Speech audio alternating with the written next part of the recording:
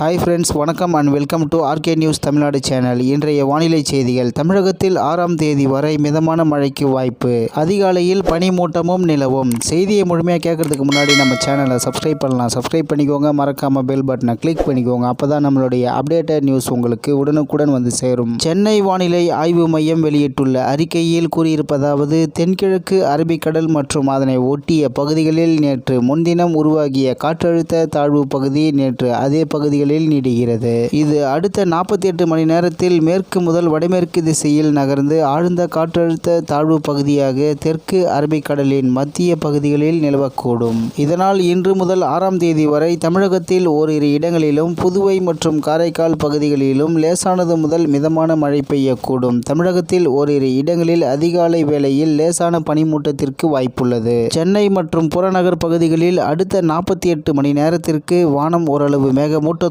காணப்படும். அதிகாலை வேளையில் லேசான பனிமூட்டத்திற்கு வாய்ப்புள்ளது. அதிகபட்ச வெப்பநிலை 31 டிகிரி செல்சியஸ் மற்றும் குறைந்தபட்ச வெப்பநிலை 21 முதல் 22 டிகிரி செல்சியஸாகவும் இருக்கக்கூடும். மேலும் வரும் 4ஆம் தேதி வரை தென்கிழக்கு அரபிக்கடல் பகுதிகள், லட்சத்தீவு பகுதிகள், குமரிக்கடல் மற்றும் அதனை ஒட்டிய மன்னார் வளைகுடா பகுதிகளில் சூறாவளி காற்று மணிக்கு 40 முதல் 45 கிலோமீட்டர் வேகத்திலும் இடையிடையே 55 கிலோமீட்டர் வேகத்திலும் வீசக்கூடும் என்பதால் மீனவர்கள் இப்பகுதிகளுக்கு செல்ல வேண்டாம் என அறிவுறுத்தப்படுகிறார்கள். இவ்வாறு வானிலை ஆய்வு மையம் தெரிவித்துள்ளது. இந்நிலையில் தென்கிழக்கு அரபிக்கடல் மற்றும் அதனை ஒட்டிய பகுதிகளில் நேற்று முன்தினம் உருவாகிய காற்றழுத்த தாழ்வு பகுதி நேற்று அதே பகுதிகளில் நீடிக்கிறது. இது அடுத்த 48 மணி நேரத்தில் மேற்கு முதல் வடமேற்கு திசையில் நகர்ந்து ஆழ்ந்த காற்றழுத்த தாழ்வு பகுதியாக தெற்கு அரபிக்கடலின் மத்திய பகுதிகளில் நிலவக்கூடும். இதனால் இன்று முதல் 6ஆம் தேதி வரை தமிழகத்தில் ஓரிரு இடங்களிலும் புதுவை மற்றும் காரைக்கால் பகுதிகளிலும் லேசானது முதல் மிதமான மழை பெய்யக்கூடும் என்று